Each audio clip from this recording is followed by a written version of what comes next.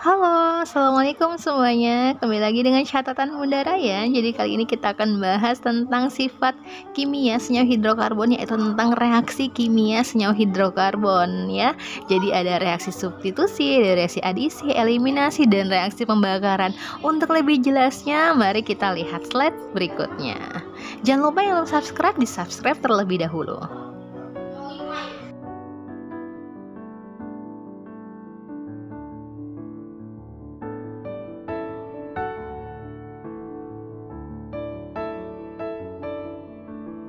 Warahmatullahi wabarakatuh. Halo semuanya, anak-anak yang soleh dan solehat. Hari ini kita akan bahas tentang reaksi kimia pada senyawa hidrokarbon. Nah, untuk reaksi kimia pada senyawa hidrokarbon itu yang pertama ada namanya reaksi pembakaran atau reaksi oksidasi. Jadi untuk reaksi pembakaran atau oksidasi ini dia itu terbagi menjadi dua, ada pembakaran sempurna, ada juga pembakaran tidak sempurna. Nah, untuk pembakaran sempurna itu akan menghasilkan CO2 plus H2O, dan untuk contohnya bisa kita lihat di sini. Misalnya di sini C3H8 ditambah O2 menjadi gas CO2 yaitu karbon dioksida plus H2O yaitu air. Nah, untuk lihat seperti ini, lihat reaksinya. Kalau kalian perhatikan berarti kan reaksinya ini kan belum setara ya. Berarti harus kita setarakan. Ya, ini seperti soal kelas 10 ya, penyetaraan reaksi kimia ya. Jadi kalau kita setarakan, tinggal jumlah atom sebelah kiri itu harus sama dengan jumlah atom sebelah kanan gitu kan. Berarti ada atom C, ada atom H, dan ada atom O. Atom C-nya kita setarakan terlebih dahulu. C-nya di sini 3, di sebelah kanan dia cuma 1. Bagaimana caranya biar di kanan ini sama dengan C3? Berarti ini kita kalikan 1 kali berapa sih biar jadi 3? Kita kalikan 3. Nah, lalu setarakan atom H-nya. Atom H-nya di sini 8, di sini 2. Berarti 2 kali berapa biar jadi 8? Kali 4. Setelah itu baru O-nya 2 kali 3 6, 1 kali 4 4. Berarti 6 tambah 4 10 ya. 2 kali 3 6 ditambah 1 kali 4 4. 6 tambah 4 jadinya 10. Kita setarakan sebelah kirinya nih. 2 kali berapa sih biar jadi 10? Kali 5. Nah, inilah reaksi dari C3H8 yaitu propana. Propana jika direaksikan dengan si gas oksigen itu akan menghasilkan 3CO2 plus 4H2O. Bisa dilihat lagi soal yang kedua, misalnya ada C4H10 yaitu butana. Misalnya ini masih dalam pembakaran sempurna ya. Direaksikan dengan O2, hasilnya udah pasti CO2 plus H2O. Nah, tinggal kalian setarakan saja karena di sini reaksinya belum setara ya. C-nya 4, di sini 1. Berarti 1 kali berapa sih biar jadi 4? Di sini kali 4. Gitu ya, Nak ya.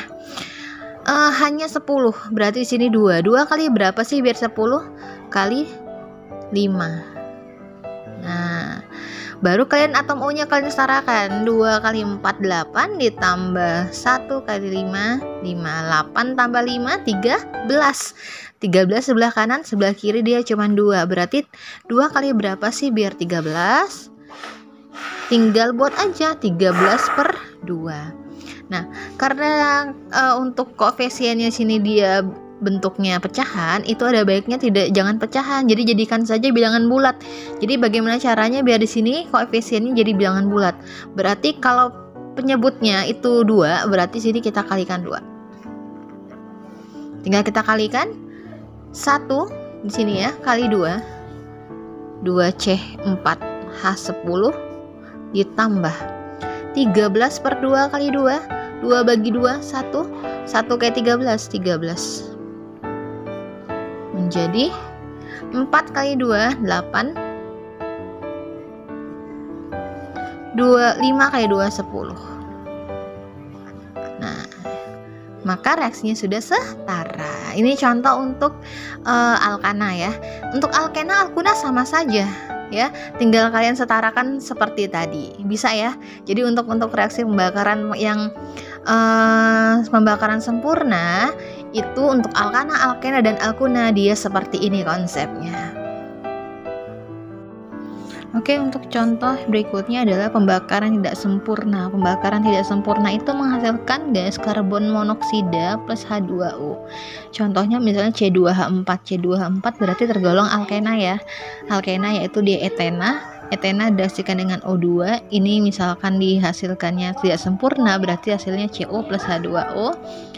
Kita setarakan C-nya 2, di sini 1, berarti 1 kali berapa sih biar 2 kali 2.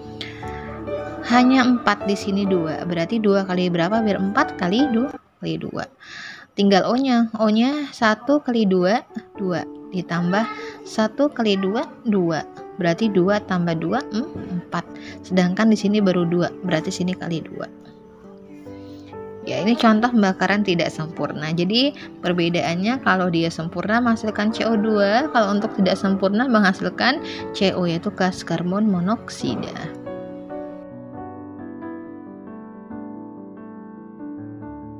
Kedua adalah reaksi substitusi. Reaksi substitusi ini pada alkana.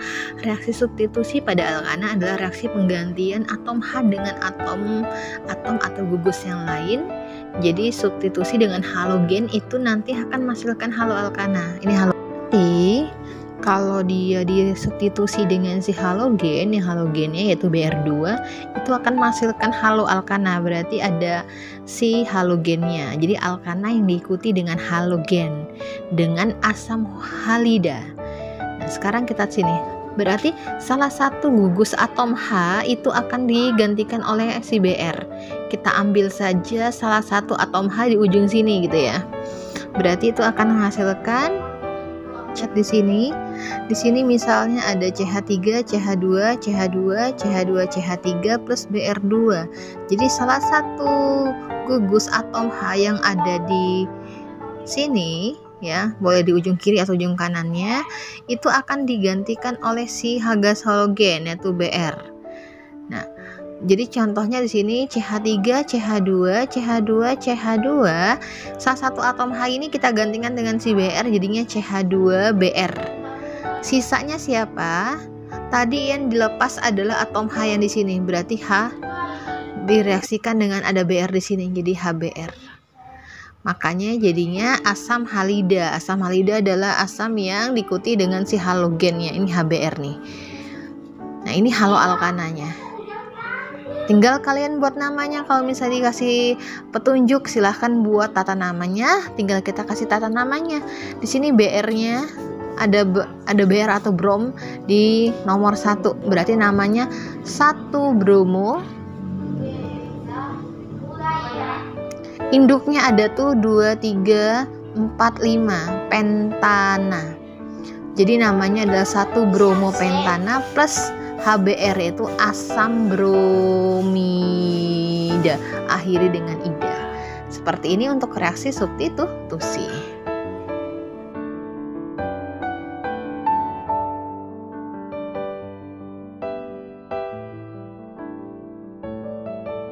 Adalah reaksi adisi. Reaksi adisi ini jadi dia berlaku untuk alkena, dan alkuna. Ingat ya, hanya untuk alkena dan alkuna karena dia yang punya ikatan rangkap. Jadi reaksi adisi ini adalah reaksi pemutusan ikatan rangkap menjadi ikatan jenuh. Berarti dia kalau dari alkuna berarti nanti tahapannya menjadi alkena, alkena akan menjadi si alkana. Kalau untuk alkena berarti dia langsung menjadi si alkana. Contohnya misalnya seperti ini. Jadi kalau untuk di reaksi adisi itu ada 3 gitu untuk reaksinya. Ada untuk H2, reaksi adisi hidrogen, ada juga reaksi adisi halogen, ada juga reaksi adisi asam halida. Jadi ada si H2, yang kedua ada reaksi dari halogen, yang ketiga ada reaksi adisi dari asam halida gitu ya. Nah, untuk aturannya kalau misalnya untuk si H2 itu tidak memakai aturan ya, jadi tinggal kalian putuskan saja rantainya. Tapi untuk konsepnya sama saja, untuk setiap 3 reaksi itu sama saja, hanya nanti ada di perbedaan untuk di reaksi adisi si asam halida. Jadi seperti ini Ibu contohkan untuk reaksi adisi asam halida. Misalnya di sini direaksikan dengan HCl yaitu asam klorida. Maka nanti hasilnya seperti apa sih gitu ya. Ada namanya nanti aturan Markovnikov, bisa kalian lihat di sebelumnya, di slide sebelumnya nanti. Nah, jadi di sini perhatikan di sini ada CH3, CH2, CH2, CH2, CH rangkap 2, CH2 ditambah dengan HCl. Nah, maka nanti ikatan rangkap ini kita putuskan. Kalau kita putuskan berarti sini jadi hasilnya nanti akan jadi ikatan tunggal gitu ya. Nah, sekarang kita lihat di sini direaksikan dengan si HCl. Perhatikan CH3, CH2, CH2, CH2, CH. Ini kita putuskan rangkapnya, berarti dia tinggal ikatan satu ya, tunggal doang, CH2 plus HCl. Nah, perhatikan di sini. Di sini dia atom C-nya dia tidak stabil karena tangannya cuma 1, 2, 3.